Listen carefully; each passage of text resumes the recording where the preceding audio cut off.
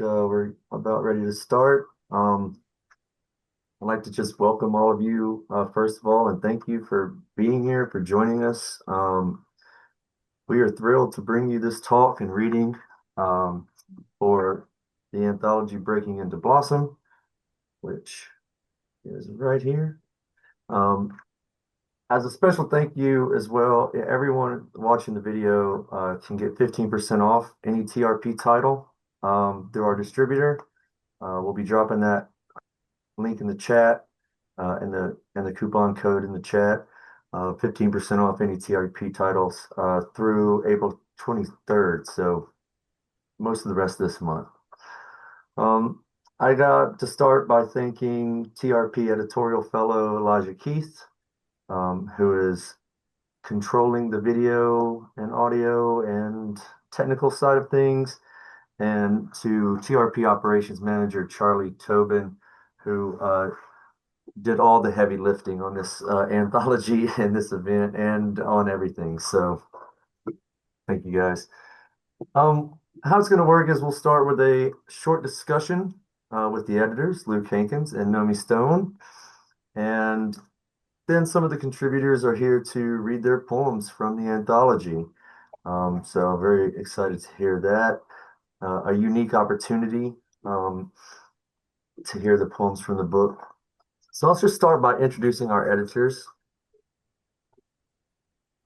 Luke Hankins is the author of two full-length poetry collections, Radiant Obstacles and Weak Devotions, as well as a poetry trap book, Testament, from TRP. He's also the author of a collection of essays, The Work of Creation. He's the founder and editor of Orison Books. And Nomi Stone is the author of three books, most recently the poetry collection, Kill Class, and the ethnography Pinelandia, an anthropology and field poetics of war and empire. Winner of a Pushcart Prize and a Fulbright, she was most recently a postdoc researcher in anthropology at Princeton, and she's assistant professor of poetry at the University of Texas in Dallas. And this is not the first anthology y'all have edited together. There was a prior anthology edited by y'all, Between Paradise and Earth, Eve poems. So I thought that was interesting to see you both come back to the well with each other. Um, can you just talk a little bit about, tell us a little bit about how the first anthology came about and how the second anthology came about and um, why y'all work together so well? Yeah, well, I'll just start by saying like Nomi and I have been poetry buddies for a long time, for many years, and over the years we've always just like sent each other poems that we thought were amazing and wanted each other to see. And I think, the Eve anthology was longer ago. I'm trying to remember exactly how it started, but I think I just started noticing a number of Eve poems just popping up in my reading. I think I probably sent some to Nomi, and then I was like, I wonder if there's an anthology of Eve poems. I wonder if there are enough poems about Eve to make an anthology. And Nomi was interested in the idea as well, and so we started researching and digging up all the poems we could, and we decided to also put out a call for new poems on the topic of Eve. And I thought it was a great project for my own press, Orison Books. We have a unique focus on literary work that engages the life of the spirit in some way, from all sorts of traditions and perspectives and backgrounds. And so we're getting all these, finding all these, and getting submissions of all these poems, reinterpreting and retelling the Eve myth and the Garden of Eden myth, from a wide array of voices and perspectives and traditions. And so it just seemed like a perfect fit for Orison Books, and so I published it through Orison. I still love that anthology, and um, really enjoyed working on it with Nomi, so that made it, sort of a no-brainer to work on her with future projects. And I think You know, not that there's an anthology addiction here, but there's a sort of there we maybe a mutual appetite. I think the friendship, which is certainly a decade old, which was forged in many ways through poetry. Showed us both that that we had a kind of there was a chiming, right? We kind of we saw we often loved similar poems, but also there was an ability to we could have friction with each other, right? Like there was a lot of trust, and we could disagree and we could really argue our cases, and the relationship could carry it. We really respect each other, and it was like I think we were great interlocutors for each other in a sense. I think the making of an anthology is simply there's a delight in the gathering, but there's also kind of set of questions, right? We were asking questions together about poetics, and that I found really pleasurable, and it was great to do that with Luke. We'll get Yeah, back I to the would art. definitely agree. I mean, Yeah, sometimes we flat out argued over yeah. poems, and I'm sometimes going to get back to the argument in okay, a well, later yeah, question. Yeah, yeah, yeah. but always Well, amicably, always amicably. Always amicably, yeah. so I know when this book was pitched to me, we're going to have an anthology of the greatest poem endings. Yeah, I had a list of poems that immediately popped in my head. What a lot of people don't realize is from the time me and Luke talked about it first time to the time I actually see what's in the books, years. I think it was like almost 2 years. So I'm on pins and needles, waiting to see what y'all had picked. And when the book finally came into me, I didn't see any glaring omissions. I mean, how do you tackle uh, the kind of epic job of picking, say, the 100 best poetry endings in English? I mean, I'm devastated by it because I do feel a lot of omissions. I mean, I think we, like, in a way, we kept messaging each other, or like something new would come out, or I'd think, oh God, was this poem published before 1927? So in my child's bedtime, he might, a small blonde head might emerge, but we'll do our best. Or I felt kind of terrified by, this curation, or of course, it's also, our aesthetics, our taste. How do you know? Um, you know, there was like some really recently, when it was going to press, I sent a poem to Luke and was like, I'm gonna die if this can't go in. And he was like, you have to calm down. Yeah, I mean it could go on forever. But part of well, Nomi mentioned 1927. So one thing that helped is we set ourselves sort of an arbitrary time frame, right? Since we took the title of the anthology from the modern classic poem, James Wright poem, A Blessing, we decided arbitrarily we will only include poets who were born, um, you know born no earlier than James Wright's birth date of 1927. So that helped us narrow the field to some extent.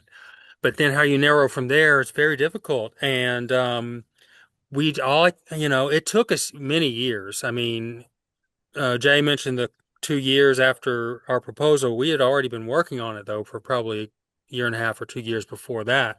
So it was a very long process, and we tried to balance including, um, those sort of modern classic poems like Komunyaku's Facing It and, James Wright's poems and, poems that we felt just sort of had to, quote unquote, had to be represented in any decent compilation of modern and contemporary poems with exceptional endings.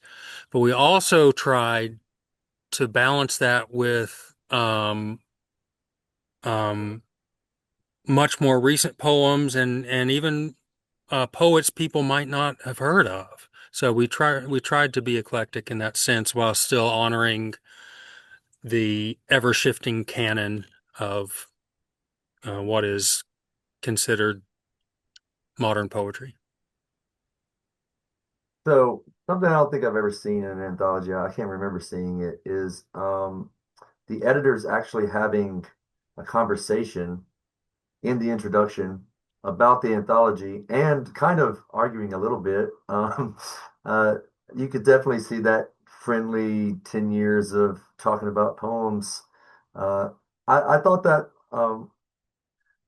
not just the book project, but the aesthetics and the ethics of an anthology like this, having that discussion in the introduction for people to see, was very exciting to see for me as a reader and as an editor. So could y'all talk about that decision to do that? Well, Jay, who won? That's all I care about. Who Nomi won the argument? won. Ah, Nomi dang won. Nomi won. it. Duh, Nomi won. No, I mean, We didn't expect to do that. I don't know if anyone's ever co-written something, especially something, not creative in the sense of not a poem or what have you, but co-written sort of a analytical craft focused um, essay or introduction of any sort. And we started out using, the third person plural. Um, First person plural, we um, did this, we noticed this, we whatever.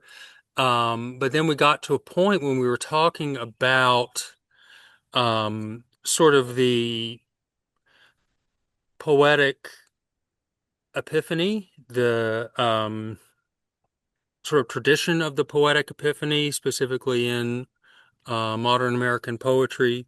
We realized that we didn't fully see eye to eye with one another, or one of us would um, discuss the work of a certain critic and would agree with them, and then the other would point to a different critic, had a different perspective, and so we found these differing viewpoints. So we thought, well, why don't we just turn this into a conversation rather than fabricating this artificial we that agrees on everything and can speak authoritatively.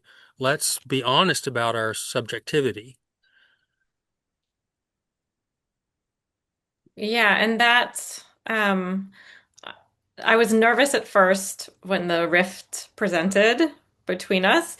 And then I realized that it was just a much more interesting essay, as it were, to kind of move through the bramble of, because the making of this anthology was, a long process, and the making of the introduction also, we each did a lot of thinking and reading.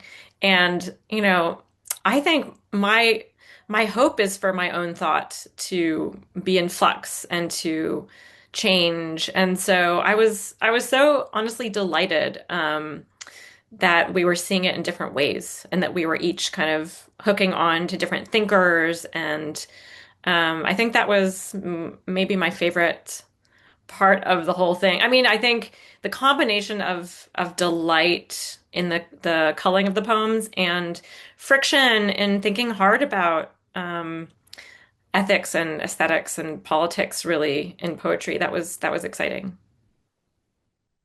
well, before we get to the readers, I'd like to bring up one more thing about that introduction. Y'all put a taxonomy of the poem endings in that introduction, and I want to make sure that I brought that up for all the teachers that are on the webinar today, because it seems to me to be an extremely valuable tool for teachers, both at high school and college levels, to say, uh, here's what kind of ending this is. But did y'all have to like create some of those, or how did you come up with the taxonomy of endings?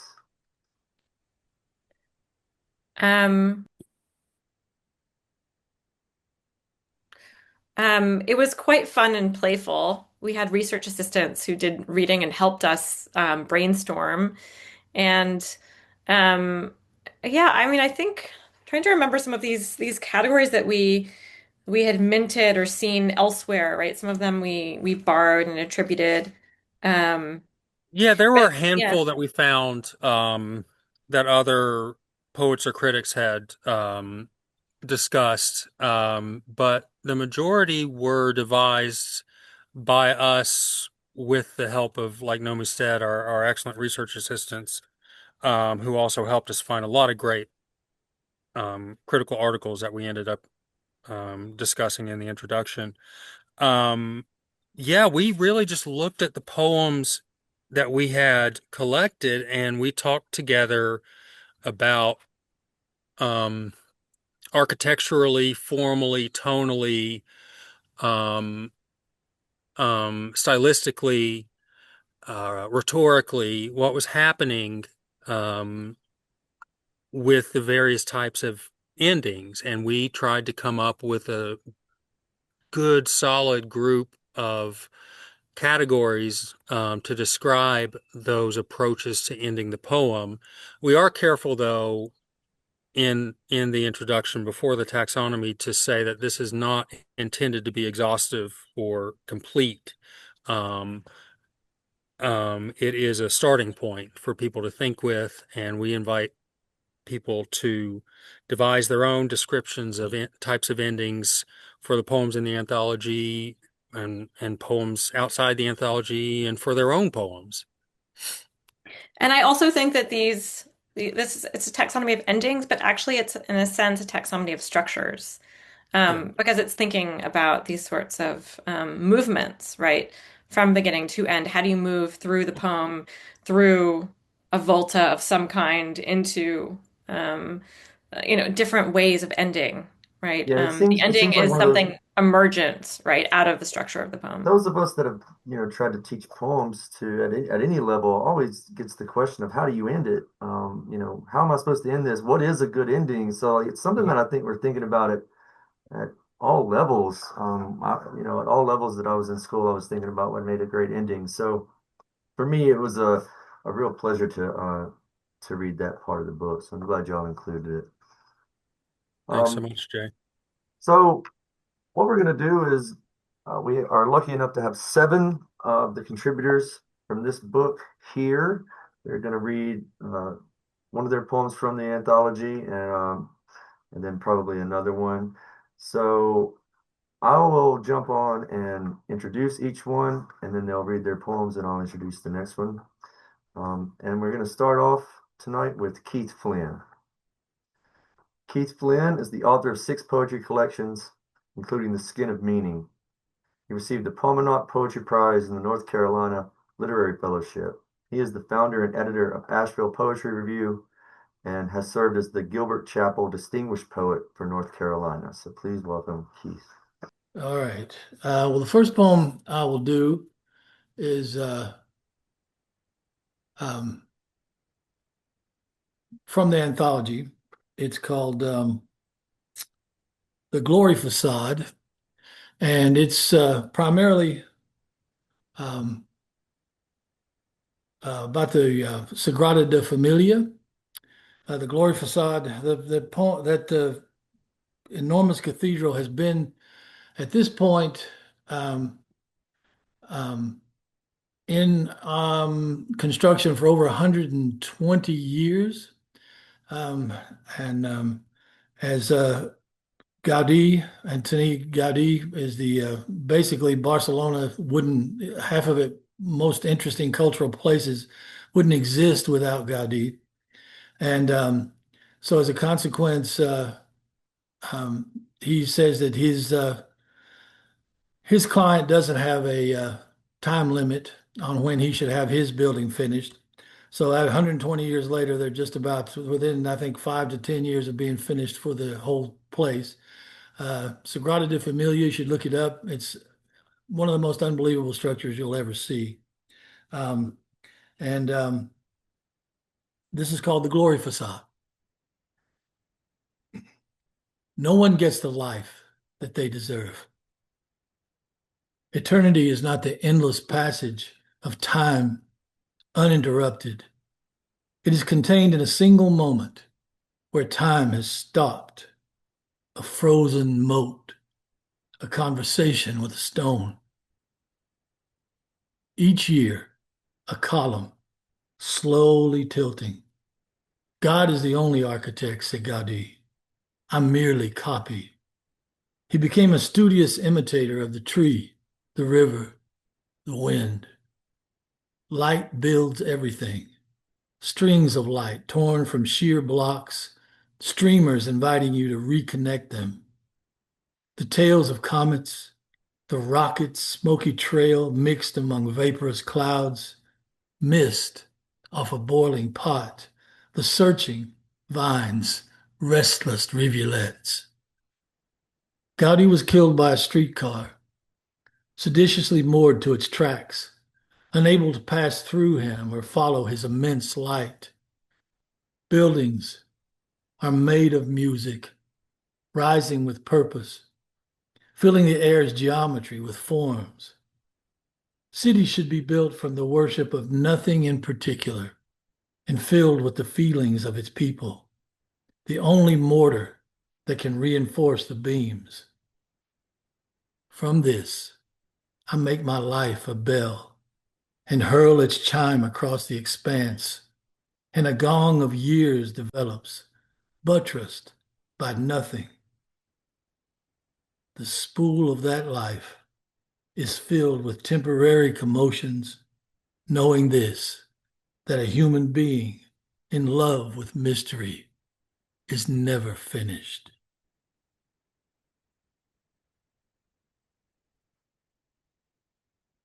Gaudi was actually killed by a streetcar. It took him 3 days to die. And he was attended by a physician who didn't know what he was doing. And basically, I think he died more of sepsis than from his injuries. I'm going to read one more for you. This is from a book of mine called Colony Collapse Disorder. It's called If You Are Chagall. And since we're talking about the lexicon of readings that or poems that contain surprise endings, this one has its own little surprise at the end. If you were Chagall, then you believe that fish can thresh wheat. If you are Rodin, the gods are your playthings, and their hands are perfect. The total work of art is achieved through the soul's inner necessity, the way music persuades without argument. In this world, the horses want to stand on their back feet and walk like a man, towering over the human who has infuriated them. All the chimneys become holy relics, and the hills raise their skirts and can, with the trees for legs and blue feet built from pools of water, kicking their heels as high as the light will allow. And from the shore, the boats are dwarfed, meager vessels whose eager travel is blown to molecules, notes of the sky that prompt the boiling ocean to pound all attempts to tame it. Gravity has long been banished from this kingdom, where the moon is the only law, and the horses walk upright into the waves. Their riders trail like birds in the barking wake, because every horse is secretly, romantically involved with the sea. And they dream when they sleep of whales flying unimpeded through the deep music. Fish, pity the cities. Thank you. Thank you, Keith. Our next reader is Francine J. Harris, who is the author of 3 books, including Here's the Sweet Hand and Allegiance. Finalist for the Penn Open Book Award and the Kate Tufts Discovery Award. She's received a National Endowments for the Art Fellowship, won the Boston Review Poetry Contest, and her work has appeared in Poetry, Plowshares, Callaloo, and others. A Cave Canem Fellow, she is Associate Professor of English right here at the University of Houston and Consulting Faculty Editor at Gulf Coast. Welcome, Francine. Hi, y'all. Okay. First of all, I just want to say thank you for the anthology, and that introduction was really instructive and beautiful. So just wanted to say I love the fight. Fight on. It's called Enough Food and a Mom. The dad body has just enough gravy on his plate to sop up one piece of bread. So enough food for one supper, says the mom. She comes back to him, says, don't argue with mom, you're a ghost. There's enough water around to drown a cob in its husk and a dad. He puts up weather stripping all night to keep out the mom. He says, I should have cooked for you more. She thinks she could make her own insulin to keep from going into dad. She says, I should have married a ghost. Says, you have a little raisin on your lip, a little. The mom says, stop all that quiet, it's foolish. Come on now, dad. Come to ghost, says the ghost. I won't even warn the mom. I won't even flinch if the ghost tries to hold her mom. After all, a good seance starts with enough food and a mom. The ghost with a biscuit and meat. The mom with the smell of cracked dad sucked out of oxygen. The mom is a smell of wrecked vines. You, the dad with no teeth. And no, the mom is a garden full of ghosts. No, says the dad, lost in ashes. No city is complete, its own worst ghost. Who can't remember the ghost now, the ghost says. All yourselves know now. They ghost like the bushel of a snowflower. Everyone is dead now, says the ghost. The mom is a yard of blackening petals. At night, I have really long dads. Without the ghosts, I wake in a puddle of ghost. But you'll be mom one day to know I am alive. We are all sappy, Dad, aren't we? Tell the ghost it's okay. Let the bodies lie ghost for a while. I'm mom of you. I'm mom of you a lot. The second poem is very short. It's like 6 lines, including the title. It's from this chapbook that I have called The Lord and Barn, which is like a series of, a book of 2 series. One is a series about animals, and then the other is a series about the Lord. So I'm going to read one of the Lord poems in honor of Artemis II, still en route as I understand. May it return home safely. The Lord is a planet, far out, vacant place we look for, claim in our binoculars, headline in our newspapers, seasonal sighting. Don't we say it like this? This is not the Lord's day. The Lord is in retrograde. Thank you. Thank you, Francine. Our next reader tonight is Nathan McClain. Nathan McClain is the author of Scale and Previously Owned, recipient of fellowships from the Frost Place, Sewanee's Writers Conference, Breadloaf Writers Conference, and the MFA program for writers at Warren Wilson. Cave Canem Fellow and teaches at Hampshire College, serves as poetry editor for the Massachusetts Review. Welcome, Nathan. Yeah, thank you so much. Really a pleasure to be here. Really quite grateful to be part of this anthology as well. And so, yeah, this is just and to be reading alongside some dear loves and dear poet friends. So it's a true gift. The poem that it was featured in the anthology is entitled "The Fairy." I still had a lover. Maybe let's start there. I hitched a ride to Boston, where I missed the ferry by what seemed like minutes. But time can work that way in the mind. I was in love, or wanted to be in love, and there was distance everywhere, is maybe a better way to put it. Though what exactly was it? I hadn't given it a designation. I looked for the boat. It wasn't there.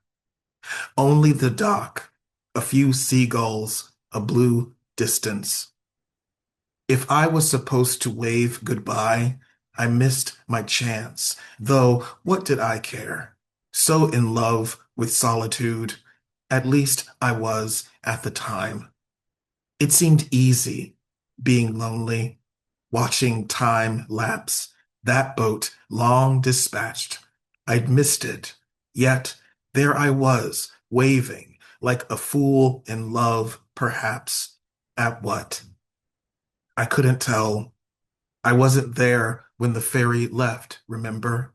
I missed it. Or if they went on without me. The distance made it hard to see clearly where distance ended, or if it did. Or I didn't make it in time to see. Maybe time was against me. I missed the ferry. I had no money.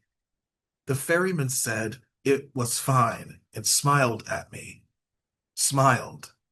There was the shore and me wanting to be in love, though I wasn't. I carried what I could. Love, I didn't have room for it.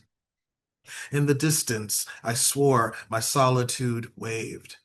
I missed it where I was headed, sure, but there was hardly time for that. The boat was early. I boarded it and stood on the stern. Part of me was missing, but there had to be a cost. That part I missed. My mind a rough sea I might have loved watching lap were I not so inside it. My mind the fish too, the shore distant as the voice I thought I heard in it, as time itself. The ferry was late. I was there, hoping I missed it. I didn't trust the distance, lovely as it seemed. I didn't trust time, nor where it carried me. I knew what was there. And I'll just share one more poem with you all and then get out of the way. Um, this is a poem that's titled, a newer poem, in fact. It's entitled, I Don't Want to Be Colored.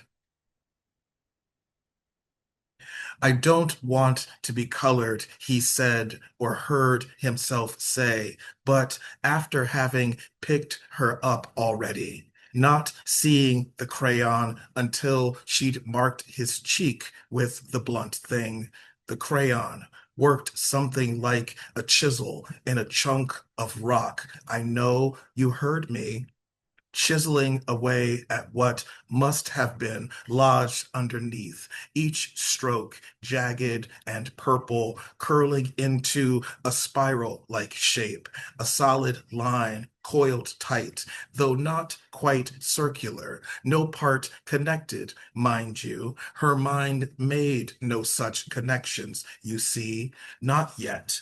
Still just a girl, innocent, forgivable for now. So what choice did he have but to give himself up, turn the other cheek?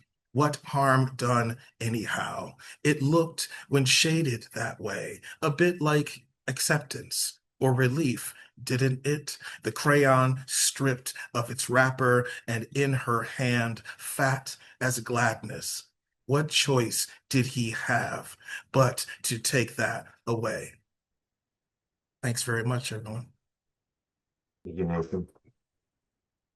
Our next reader will be Ellen Bass, who is a Chancellor Emerita of the Academy of American Poets. The most recent collection, Indigo, follows Like a Beggar, a finalist for multiple major awards, and Mules of Love, which won the Lambda Literary Award. Poems have appeared in the New Yorker, the Atlantic, and New York Times Magazine. She's received a Guggenheim, an NEA, as well as 4 Pushcart Prizes. And her nonfiction includes The Courage to Heal, which has sold over 1 million copies. We're very happy to welcome Ellen. Well, thank you. I'm delighted to be here with all of you. This is an amazing book, and it's wonderful to get to hear some of these poems in your own voices as well. Thanks so much for inviting me. I'm going to read the poem of mine from Breaking into Blossom that's called Relax. Bad things are going to happen. Your tomatoes will grow a fungus, and your cat will get run over. Someone will leave the bag with the ice cream melting in the car and throw your blue cashmere sweater in the dryer. Your husband will sleep with a girl your daughter's age, her breasts spilling out of her blouse. Or your wife will remember she's a lesbian and leave you for the woman next door. The other cat, the one you never really liked, will contract a disease that requires you to pry open its feverish mouth every 4 hours. Your parents will die. No matter how many vitamins you take, how much Pilates. You'll lose your keys, your hair, and your memory. If your daughter doesn't plug her heart into every live socket she passes, you'll come home to find your son has emptied the refrigerator, dragged it to the curb, and called the used appliance store for a pickup. Drug money. The Buddha tells a story of a woman chased by a tiger. When she comes to a cliff, she sees a sturdy vine and climbs halfway down. But there's also a tiger below, and two mice, one white, one black, scurry out and begin to gnaw at the vine. At this point, she notices a wild strawberry growing from a crevice. She looks up, down, at the mice. Then she eats the strawberry. So here's the view, the breeze, the pulse in your throat. Your wallet will be stolen. You'll get fat. Slip on the bathroom tiles of a foreign hotel and crack your hip. You'll be lonely. Oh, taste how sweet and tart the red juice is, how the tiny seeds crunch between your teeth. And I'll read one more poem. The morning after. You stand at the counter, pouring boiling water over the French roast, oily perfume rising in smoke. And when I enter, you don't look up. You're hurrying to pack your lunch, snapping the lids on little plastic boxes, while you call your mother to tell her you'll take her to the doctor. I can't see a trace of the little slice of heaven we slipped into last night. A silk kimono, floating satin ponds and copper koi, stars falling to the water. Didn't we shoulder our way through the cleft in the rock of the everyday and tear up the grass in the pasture of pleasure? If the soul isn't a separate vessel we carry from form to form, but more like Aristotle's breath of life, the work of the body that keeps it whole, then last night, darling, our souls were busy. But this morning, it's like you're wearing a bad wig, disguised so I won't recognize you. Or maybe so you won't know yourself, as that animal burned down to pure desire. I don't know how you do it. I want to throw myself onto the kitchen tile and bare my throat. I want to slick back my hair and tap dance up the wall. I want to do it all over again. Dive back into that brawl, that raw and radiant free-for-all. But you are scribbling a shopping list because the kids are coming for the weekend, and you're going to make your special crab cakes that have ruined me for all other crab cakes forever. Thank you. Thank you so much, Ellen. Next up, we have Mathew Olzmann, who's the author of Constellation Route, as well as two previous collections of poetry, Mezzanines and Contradictions in the Design. A recipient of fellowships from Kundiman, McDowell, and the NEA. Poems have appeared in New York Times, Best American Poetry, Pushcart Prizes, Kenyon Review, and elsewhere. He is a senior lecturer of creative writing at Dartmouth College and also teaches in the MFA program for writers at Warren Wilson. Please welcome Mathew. All right. Thank you for having me, and Nomi and Luke, thank you for including me in this anthology. This is the poem from the book. It's called Nate Brown is Looking for a Moose, and it takes place about 15 years ago in Ripton, Vermont. Shrouded in fog, dignified and reticent, a moose. When Ross White goes outside in Vermont, he sees one immediately. When Jamal May goes outside, he sees one as well, as if they are everywhere. But when Nate Brown goes outside, he sees only the absence of a moose, spaces where one might have stood but no longer stands. He's been hoping to see one for years, so he practices his moose call and nothing happens. He stands tiptoe on one leg, narrows his eyes. Nothing happens. What he has now is a mission, a quest, a calling that can't be denied. It's dusk and he stares into the dark. The world is full of dogwoods and elm trees, and behind the branches, 10,000 more, all leafy and stupid and yielding no answers. What do I mean?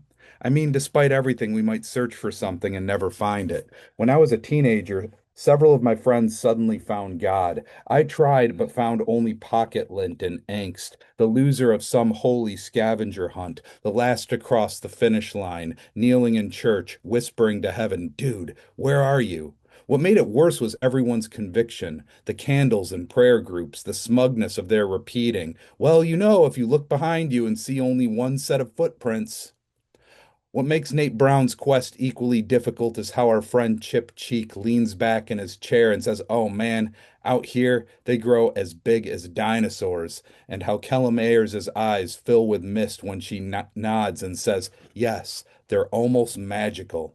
And so a man goes back into the fields and tries not to move, goes out into the forest and tries not to move, goes down to the river and pretends he's part of that river. He is a stone, a branch, a fallen maple leaf. He is sort of patient, and he'll see this thing or hold his breath forever.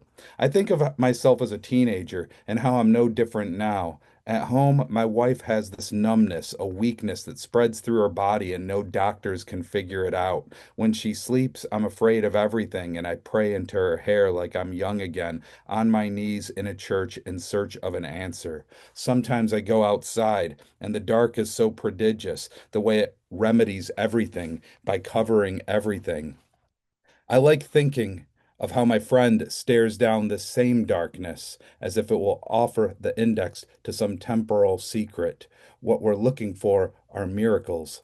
Out there, there could be nothing, or there could be antlers and hooves, lumbering mysteries. They plod across the quiet fields.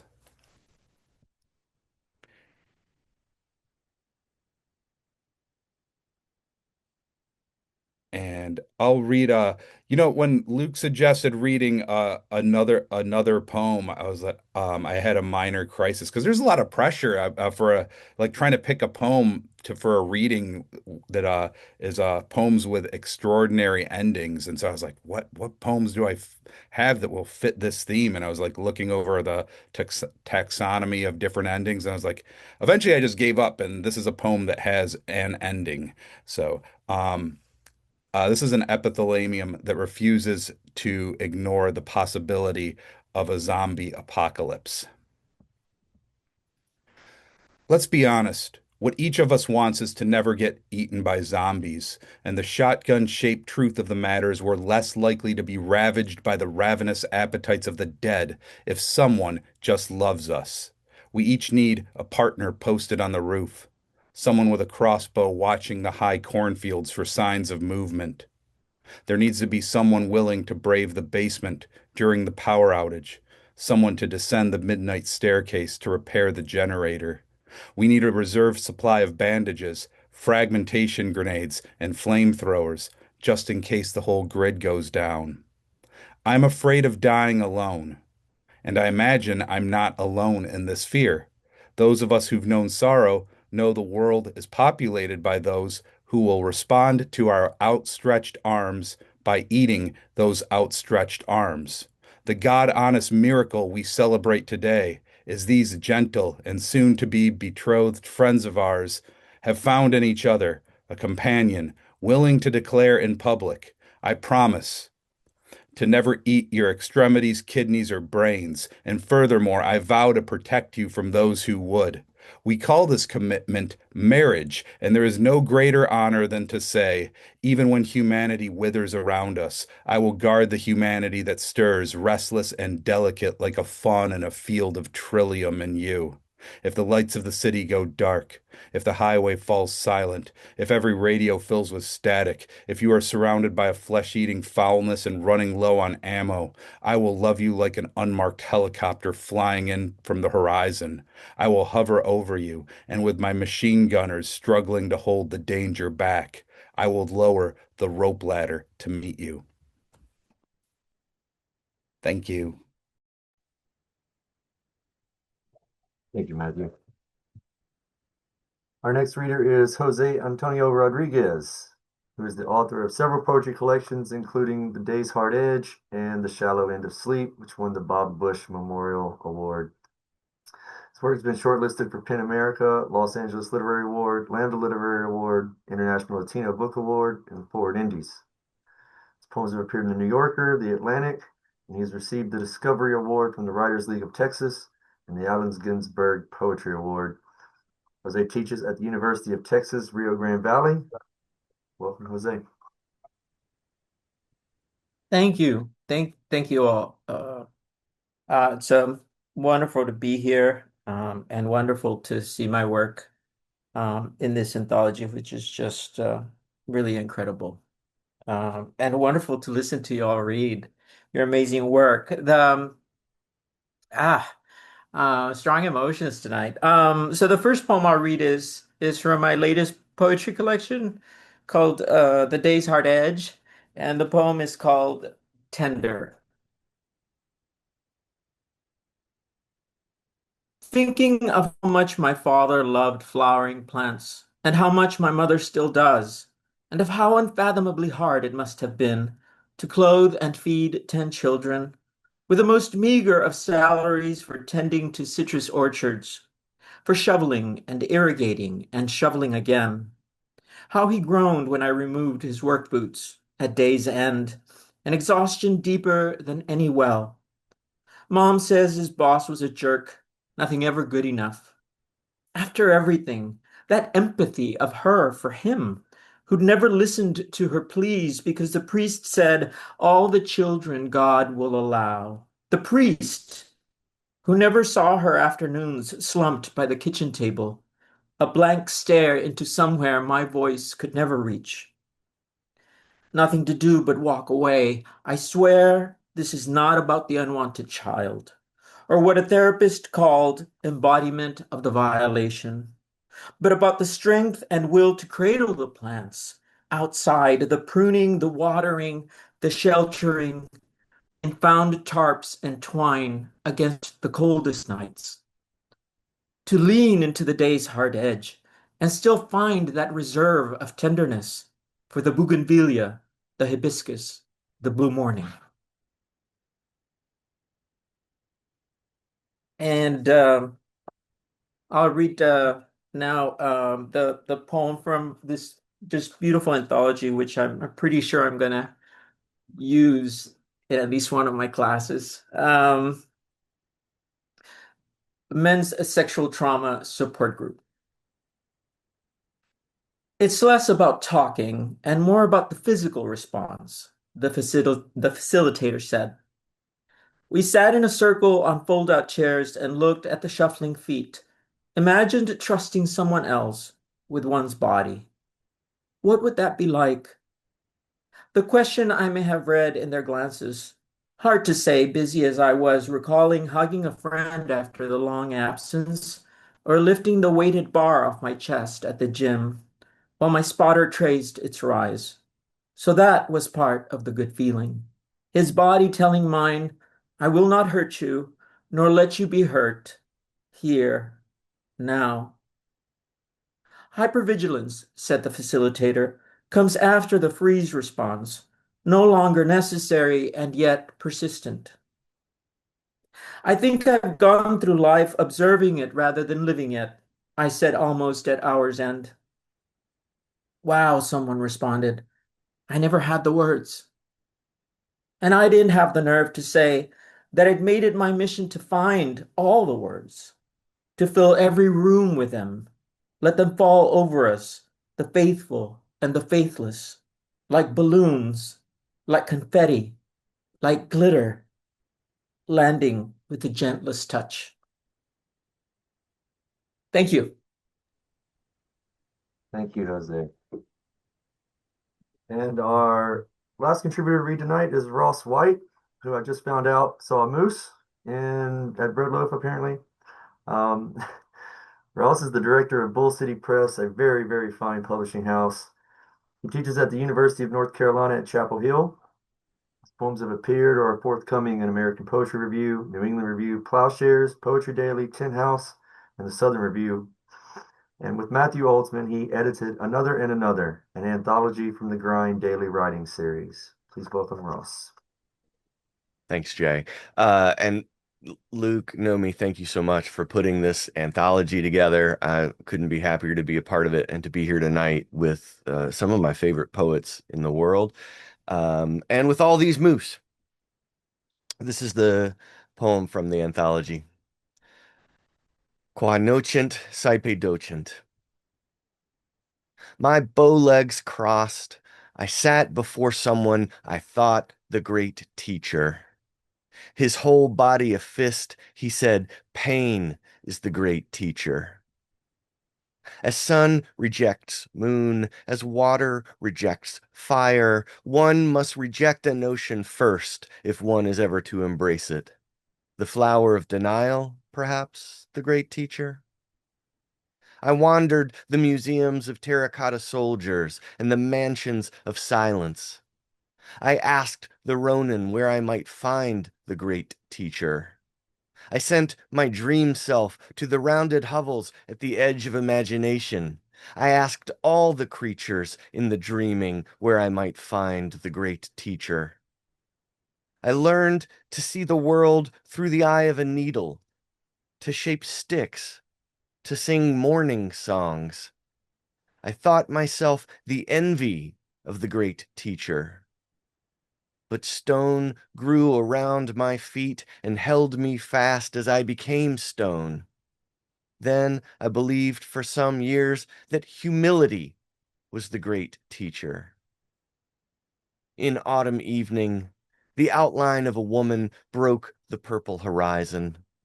She looked at me with such pity and asked if I had found the great teacher. My ruin forgotten, I thawed. I built us a canoe. I painted figurines of Ronin as gifts. Her delight was rose petal. I abandoned my search for the great teacher. One cannot know incompletion until completed. Newly in love, what need had I for the counsel of the great teacher? It never occurred to me that I might undress my beloved and discover the white blooms of scar across her back, shadows of the great teacher. And the second poem is the title poem for a new collection I'm working on. This is a bad time to be having a good time, I thought, as we walked a street lined with maple and serviceberry. Occasional work trucks festooned with drills and ladders ambled past, on their way to build a deck or reshingle a roof, whatever work could be done outdoors. We'd cross the street to avoid the neighbors walking dogs, less afraid of bites than of breathing too close, but we'd wave. Then we'd return home to screens, eerie collections of restless rectangles full of other people returning from walks or laundry or screaming Zoom-schooled children. Or white-lettered boxes that stayed black for hours, listeners we knew weren't listening. I held your hand for miles on those walks. You'd detail for me the minutes of your meetings, the action steps that all amounted to sustained inaction, as if I couldn't hear through your closed door. Sometimes you'd mention the cardigan still draped over a chair back in the office you couldn't visit, the lemon bars left rotting in its fridge. Who wrote how sallow we've gotten, how pinched with just surviving? Or am I misremembering the line? I never felt like that, but guilt constructed cathedrals in my heart. I woke each morning and laid beside you, ate lunch with you, strolled hours through the neighborhoods of silence with you, and you talked some brightness into them. We made chilies and stuffed peppers and gargantuan salads in the evenings, and then I went to bed with you, knowing we would do it all again tomorrow, and I loved it. I read the news before you woke, assembling lists of who we'd lost. I grieved them like distant stars extinguished through a kind of telescope. We washed our food before we put it in the fridge. I knew it was wrong to be joyful on the winter night when the transformer blew and I curled into you for warmth. I knew it was wrong when my coworker cried for an hour on Zoom and I nodded and soothed but was lacing my shoes, and as soon as I hit the red X, you tapped on my door and said, "Walk now," and I said, "God, yes." Thank you. Thank you, Ross. Thank you to all the readers that read from their poems from the anthology. It's so thrilling for me too, as a poet and an editor, to have you all here and in this book. So I want to remind everybody that there are links in the chat to order Breaking into Blossom. Please do consider teaching it in your classes. There's support the press, and there is also the 15% off code for any TRP title till April 23rd. So I want to thank you all for being here. Luke, Nomi, would you like to? Thank you so much, Jay and Charlie and everyone at Texas Review Press. Thank you so much to our wonderful contributors. What amazing, heart-rending readings, really. I wanted to briefly mention, and I'm sure Nomi wants to say a word too, but briefly, I just put a flyer in the chat and my email address. I'm actually going to be teaching a 4-session virtual class centered on the anthology starting April 19th. So please check out that flyer if you're interested in participating. My email address is right there. And thank you also to Nomi, my wonderful co-editor. I'm so happy that we did this, and I'll forever be proud of it. Thank you everyone so much. What an absolute beautiful feast. What what a joy to be part of celebrating this and to hear these poems from friends and heroes and to be enfolded by this brilliant press that has helped us curate this wonderful collection. Thank you, everyone. Thank you. Thanks, everybody.